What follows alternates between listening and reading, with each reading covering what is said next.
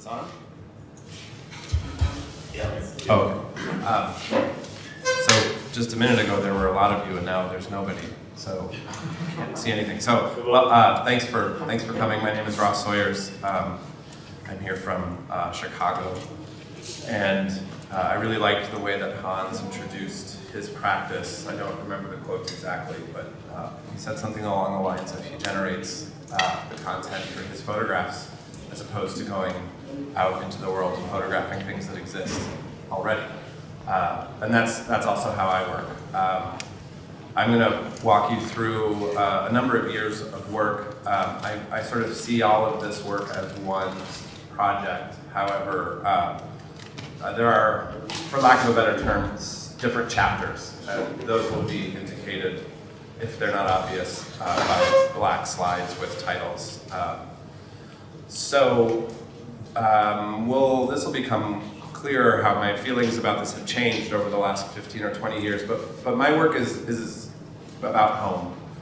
There's really no other way to put it, and as the project, as my work has evolved, what that means has changed to me, and I'll start here, which is a series of photographs made in roughly between 2005 and 2007. And what's interesting to me about this period of time is I was living in Seattle in the United States, and in Seattle, it's an interesting city. It's the home to Amazon. It's the home to Microsoft. It's a very technologically oriented city, and also because of those two companies, it's an incredibly wealthy and expensive city to live in. And if you're not familiar with sort of some of what's going on in the United States at this time, 2005 to 2007 was sort of leading up to what happened in 2008, which was a pretty significant economic collapse precipitated by the housing market. And one of the things that I noticed in Seattle prior to the sort of official collapse or burst of the real estate bubble was a number of developments, whether they were individual houses or condominiums or other developments that were starting to become unfinished. And one of the reasons for that is that especially for large developments in the United States, oftentimes they have to be sold. You know, a number of units up to about 70 to 75% need to be sold before the development can actually be finished. And so it was interesting because it's sort of a canary in the coal mine situation, right? These big developments stopped being finished because they stopped selling.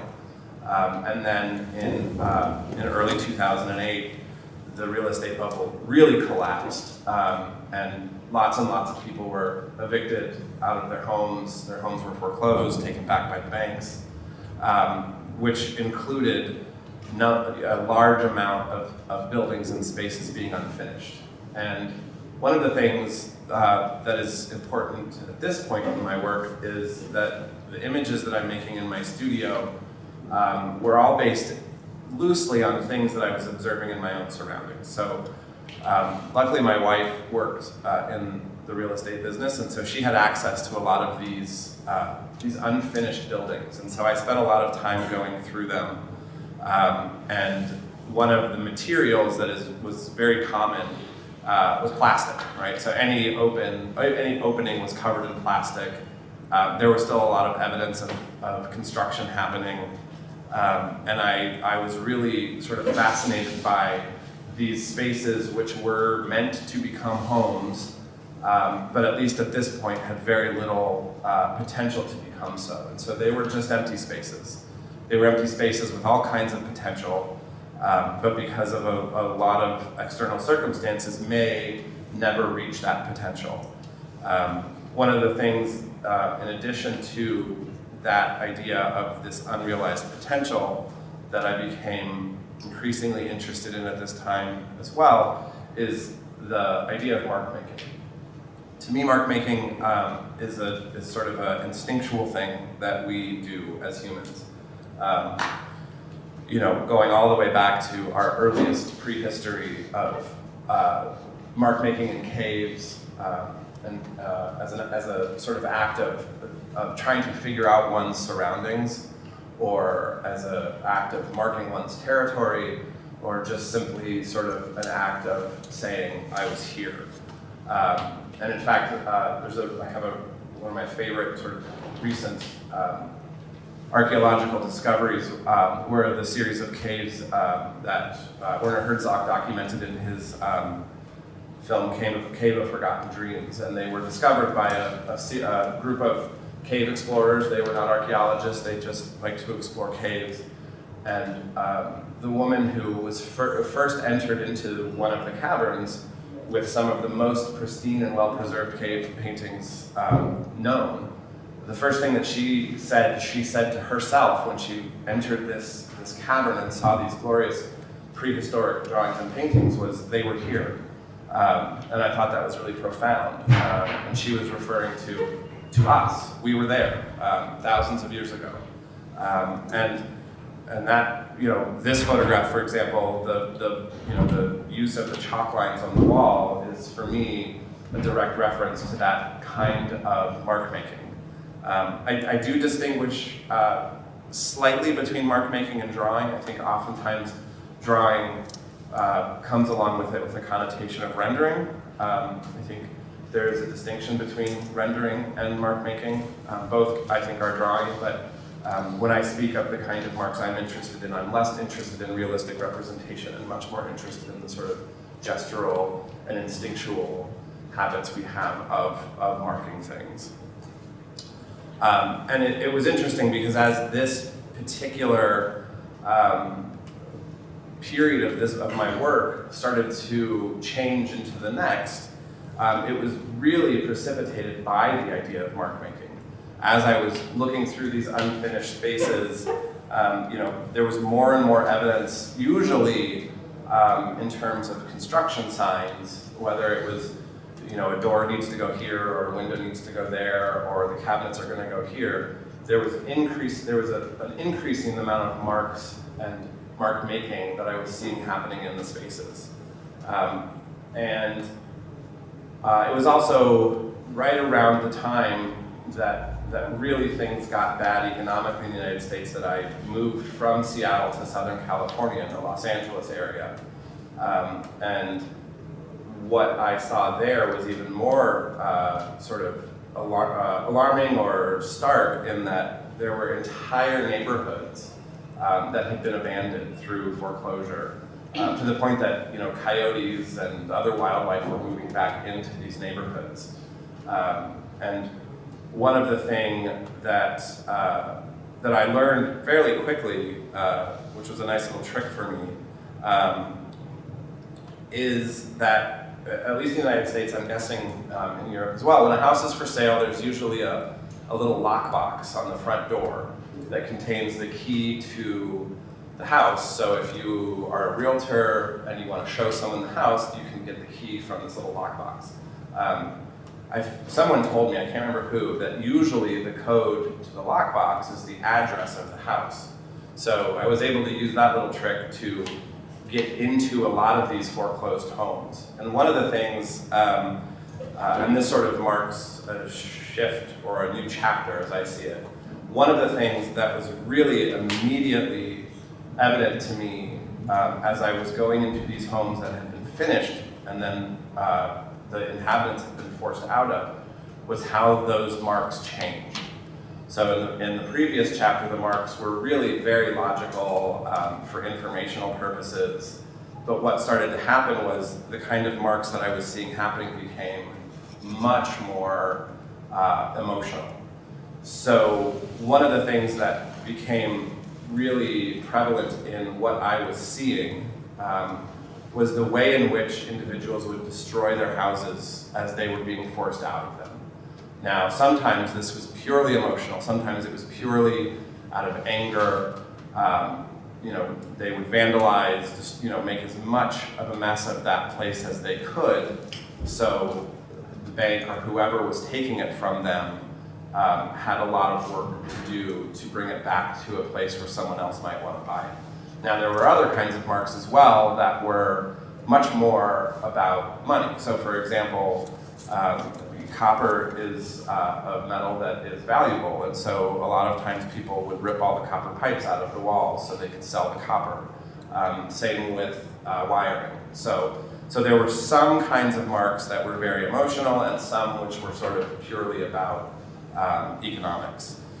So as I said at the beginning, the work that I was making at this time, it was really important that I was basing it off of direct observation. So I would go through these houses. I never took a camera with me because that was not the work that I wanted to be making. I wanted to be observing these spaces and then going back into my studio and referencing them, elaborating on them, exaggerating these spaces in a way that I felt was something that I aesthetically was interested in as well, as that in a way that I hoped did some kind of honor to the previous inhabitants. It's been this particular period of the work that I was making was difficult for me because I was making photographs. My attempt was to make photographs that were beautiful, but it was about a really ugly situation. So I was trying to somehow also honor those people who had created the situations that I was then using to my advantage. And one of the things that's critical in that process for me is light. So that's one of the reasons that I was immediately drawn to the studio early in my career as a photographer, is because I had control over that light, which sometimes that was used to be very soft and kind, other times it was to be used more aggressively, and as we get into some of the work in the future, that aggressiveness goes even a little bit further. So I was, again, thinking about this idea of mark making. I was trying to experiment with mark making in a lot of different ways. So in a photograph like this, there's this sort of black square, or even this photograph, these black squares combined with some pencil lines, or these circles that I had drawn with chalk. But then also I really saw the more destructive lines, like where the light is coming in. I made those with a hammer. I'm just literally smashing through the construction that I made. And I consider that to be mark making or drawing as well. I'm just doing it with a different tool.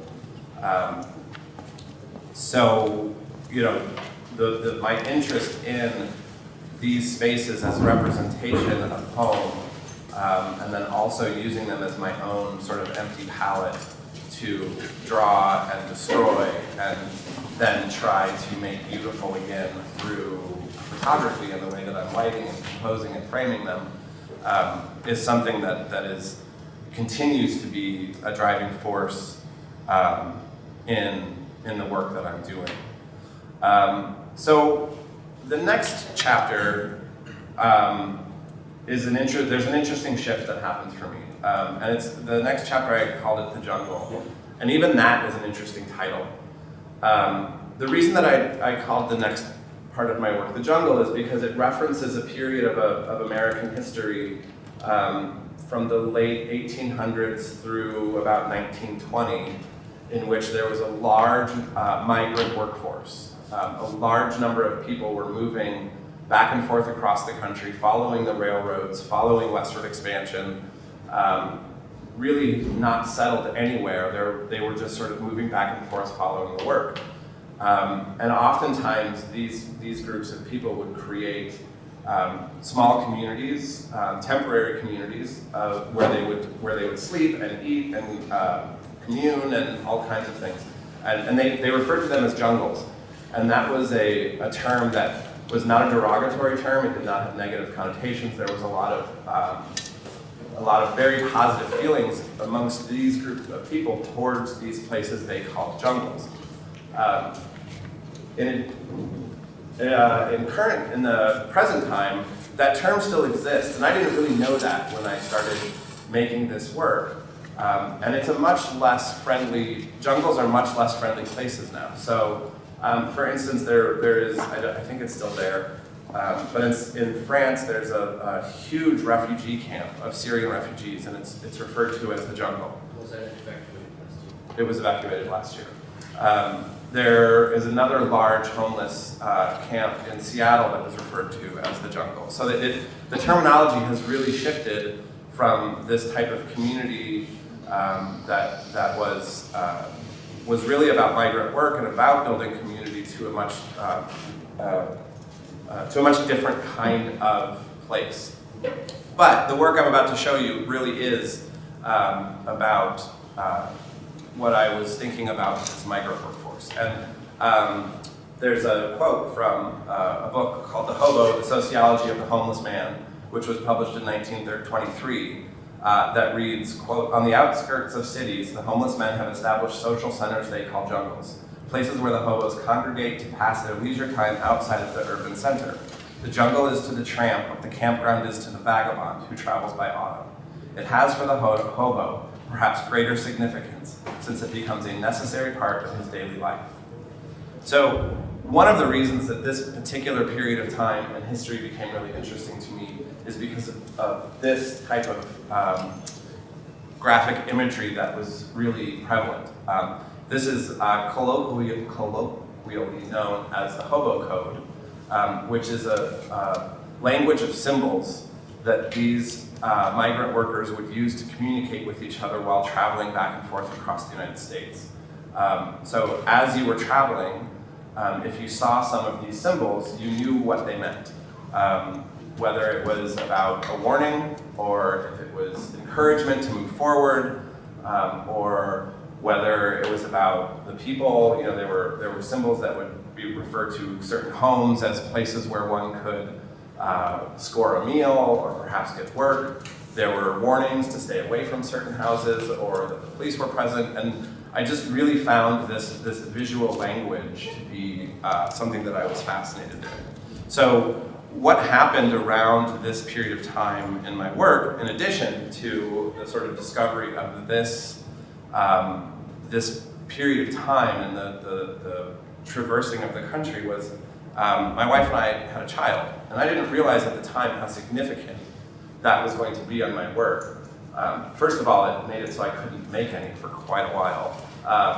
And then when I started again, after, I was fairly confident that this young human wasn't going to die, because they're small and helpless, and I was always worried that was going to happen, even though there was no indication it would. But anyway, once I was able to shed that anxiety and move back into the studio, it wasn't really that important to me anymore. In fact, it wasn't important at all to be making work that was based off of observation.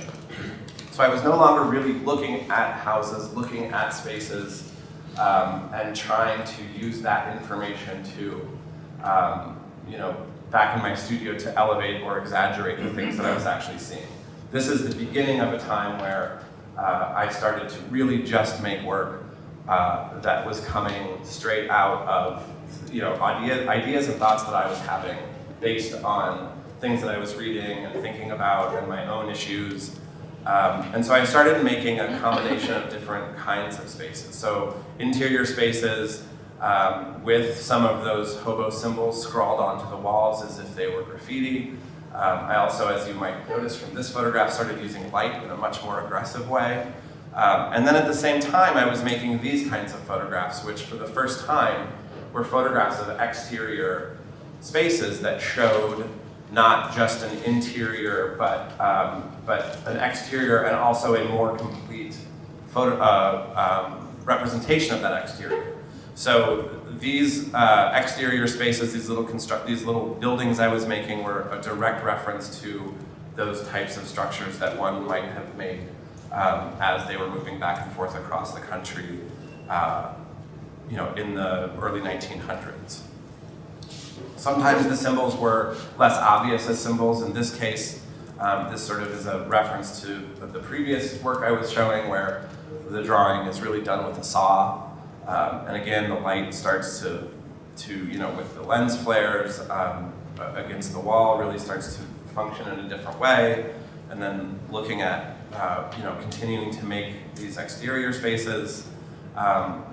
And one of the things that really, for me, carries through even to today is really the importance of mark making. So even in a photograph like this, the texture on the side of this building, if you want to call it that, you know, me just spending quite a bit of time with a grease pencil, rubbing the side of this material, which acts much like a relief. So a lot of the imperfections and a lot of the age of the material shows, because it is indented, in the history of this material is sort of present in the material itself. And again, those symbols were really an interesting thing to me as my own relationship with my surroundings, my home, my family were changing. I became really interested in this sort of idea of, you know, either encouraging or warning other people about the path that they may choose. And so while these symbols would have been found on the outside of structures, you know, 120 years ago, I'm putting them on the inside of the structures because I feel like that's more apropos to what I was thinking about at the time, as opposed to thinking about what I would want to tell somebody about these kinds of exterior spaces. I don't know, this one, I think you can barely see the 3 circles on the wall in this one. But I also became more interested at this time in really simplifying the kinds of things that I was making and photographing in my studio, moving away from these really heavily, very detail-oriented spaces to really simple, almost, you know, this is 2 surfaces. It's a wall and a ceiling. This is 1 surface. So really thinking about the actual surface, the textures, the way that I was adding the symbols to the spaces, and in some cases, like this one, it's not space at all. It's a very 2-dimensional image, while also thinking about, you know, these more exteriors. And one of the things that's very deliberate about the exteriors is that they are totally enclosed. There are no doors. There's no windows. There's no way to access them. So the interior spaces are obviously spaces that present a space as though it could be occupied. But these spaces really present no way to enter them. And if there is an implied way, like at this photograph, or this photograph where there are implied doors, they're closed. You can't get inside of them. You have no idea what the inside looks like. Some of the interior photographs might be inside of these spaces, they might not.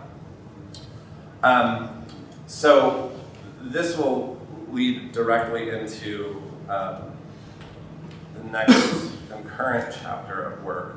But I wanted to end this with another quote from an author named Jim Tully, from a book called Beggars of Life, which was written in 1924. And the quote is, quote, "The shed was crowded. They lolled on boxes and broken chairs and in the sand, which was boarded up like loose grain in 1/2 of the place. A large round stove was splashed cherry red with heat. The warmth in the room melted the snow on the roof, and the water dropped through a small space above and fell with a monotonous clatter on a piece of tar paper in a corner of the sand bin. Coffee boiled in a granite vessel on top of the stove. Some battered cooking utensils were in a store box, which also contained many varieties of food. There were some small lunches wrapped in paper, which the hobos called lumps and handouts. These lunches had been given to them by kind-hearted people at houses where they had begged. Just then, the door opened wide, and a policeman stood framed in its light. His flashlight shone clearly above the blurred light that glimmered through the smudgy globe of the kerosene lantern. The hobos in the shed were momentarily alarmed, while I was badly scared, as it was my first contact with the law. The officer looked about the room as if in search of a certain individual. "He ain't here, I guess," he said, half aloud to himself as he held the light in the faces of the group. "That's all right, men," he continued. "Flop here till morning. She's colder than Billy be damned outside."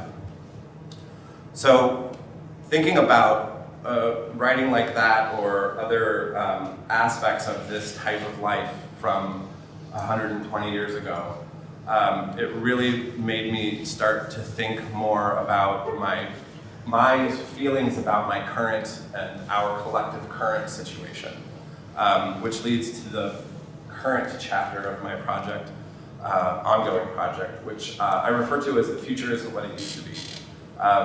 And I call it that because I think that we, I don't know, I can't speak to other areas of the world, but in the United States, there's a certain hubris, a certain amount of stubbornness that everything it's always going to be better than it was. That's sort of this idea of the American dream, right? That everything's great, everything's going to be perfect, everyone's going to have a house and a yard and a cat and a dog and 2.5 kids, and it's going to be amazing.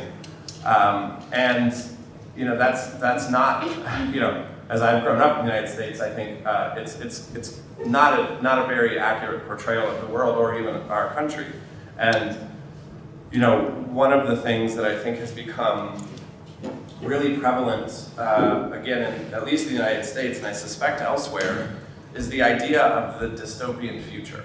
The idea of the sort of apocalypse, right? The coming demise of our way of doing things. And I think part of the reason that that's so popular right now is because when that happens, if that happens, somehow we all get to be the heroes of our own narrative, right? So there's a show in the United States called The Walking Dead. It's a zombie show. The characters in that show are very relatable because they're ostensibly ordinary people who have been forced into this sort of murderous life of constantly killing these zombies. And again, I think some of the psychology of that is that all when you have to kill zombies to survive, then all of that other stuff becomes secondary. But currently, there are no zombies that I have to kill. I just have to go to work and make a living and then come home and listen to Donald Trump spout nonsense and then go back to work, and it all continues. And there's something romantic about the idea of it all falling apart, and then I get to be the hero of my own narrative again. I get to save the day. And so a lot of what this work starts to do for me is it really starts to tie together a lot of the things that I have been thinking about over 15 years previous, which is the sort of idea of what a home is, what that space actually means, how we use those spaces individually. For myself, I'm very much an introvert. That doesn't mean that I'm antisocial or I can't function in groups of people, but I would always rather be home. And when I'm not home, I'm thinking about home. And when I'm not home for an extended period of time, then I need to be at home for a little while after that to sort of recharge. So for me, home is this place that is almost like a stage, and it's almost like a performance for only 3 people, myself, my wife, and my child, where I get to act out, and they get to act out all of our frustrations, all of our insecurities in this safe space. One of my colleagues at work, I was talking to one of my colleagues at work a couple of weeks ago, and we were talking about another colleague who cries at work a lot, which is fine. I have no problem with that. But she and I were discussing it because neither of us would ever cry at work, not because we're above it, but because that's what you do at home, right? You go home, you cry at home, you pull it back together, and then you go to work. So sometimes I'm actually a little jealous of the people who can cry at work, because then maybe I feel like that's the thing that gets them through the day. But I really started to think about, okay, so let's imagine this apocalypse happens. Let's imagine that the world falls apart, and and there is no more government or systems that we have to adhere to. What does that mean for home? What does that mean for our space? And at least in all of the versions that I have watched or read in this genre of sort of the dystopian future, it's a very transient future, right? Nobody stays in their neighborhood. They move. They follow the resources, or they follow the safety. And so in my own version of this, that may or may not be happening in a parallel universe, I don't know, I become transient. I become someone who has to constantly be rethinking this idea of home. And in addition to that, if that's going to happen, how do I make these spaces? And for me, the answer is through found materials. And so this is sort of a happy accident, but maybe, I don't know, 7 or 8 years ago, purchased a new house, well, new to me. The previous owners had been hoarders. If that's not a familiar concept, it's somebody who can't get rid, like psychologically can't get rid of anything. So they just keep everything to the point that the stuff takes over the house. And when we bought the house, most of that stuff had been cleared out, but the garage was an exception. The garage was still full of just everything you can imagine. And for me, I spent a lot of time clearing it out, and the only spot that I never really got to was the rafters of the garage. So the attic of the garage, and it was just covered, it was just full of basically any building material that the previous owners had ever purchased or taken out or added or removed from the house. And I always had this idea that I was going to pay somebody to come and take it away, until I realized that I could start using that material to make the things that I wanted to make in photographs. So all of that material, which was for me meaningful because it had a relationship to my current home, I was pulling all of that out of the garage, taking it into the studio, which is in my basement, to my wife's extreme dismay, and reassembling it into these kinds of spaces. While at the same time continuing to try to incorporate my own version of cave paintings, my own version of marks and drawings and evidence of presence in the space. And again, I take that term mark making and drawing very, very loosely. So for me, I don't know if you can't see my cursor, but here in the foreground you can kind of see this zigzagging line which is made from wire. You know, that to me is that's a mark. I've made that mark. While it's not made with a pencil or a paintbrush, it still exists as a mark specifically in the space of the photograph. So, you know, in addition to this idea of transience and about trying to create home out of, you know, whatever is around, is also the idea of community, right? Again, one of the prevailing themes that I have seen and read in this particular genre is community. You don't survive on your own, right? So for me, thinking about spaces that would perhaps facilitate more than one person. So this could be a space for lots of people to live. This could be a space that one crazy person has built for him or herself. It really could really function in a lot of different ways. But for me, the driving force is always this idea of what we do to a space that makes it home. I was talking earlier today to, his name is Victor, I think he's here. Yep, there he is. And we were talking about a particular kind of living space that he has seen and is perhaps not entirely desirable, but when you live in a place like that, you still do everything you can to make that place home, which to me indicates that home isn't actually a physical place, it's an emotional place. And there's really all kinds of things that we do to make that emotional space, which is home. So, you know, again, as these spaces were being generated in my studio, they were not based on anything other than my own sort of ideas and sensibilities. And another difference about this work that may or may not be evident as I move through them is that these, for the most part, are all one construction that grows and shrinks and grows and shrinks, whereas previous work had been very discrete. I make this room, I photograph it, I get rid of it, I make another room, I photograph it, I get rid of it. This functioned very differently for me, as I said. It started as one thing and then started to grow and grow and grow. And you know, there's one of my mentors from graduate school did a series of photographs where he was photographing chalkboards in math classes. And he would go and he would sit in these advanced math classes with a camera, and he would observe these mathematicians as they would talk and talk and talk and talk. And then he said inevitably, at one point, they would stop talking and one of them would go to the blackboard and start writing an equation. And he always called that the point of notation. And that really has stuck with me, especially with this, because it's not the same process, but I would build this thing, and it would grow, and I would build it a little bit more, and then there was always this moment of notation where it would just sort of feel like, okay, it's time to make a photograph. And then I would make the photograph, and then the process would start again, and then there'd be another point of notation. I would make the photograph, and then the process would start again. To the point that it got so big and ungainly that it would collapse at times.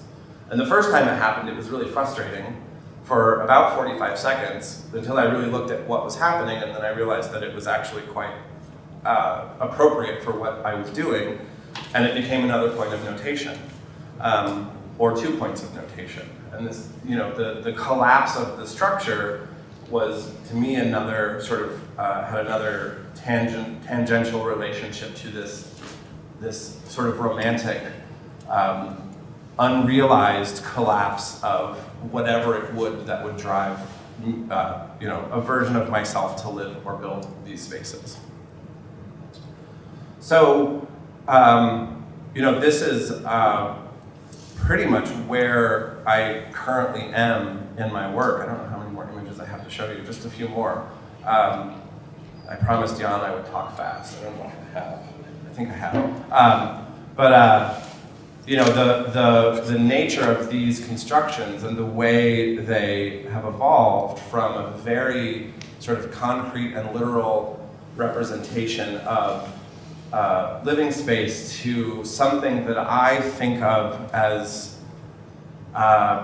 much drawing as I do construction, as much photography as sculpture, in a way that I find to be really exciting, to the point that as the work continues to evolve, sometimes I'm not even sure that I am making photographs of living spaces at all anymore.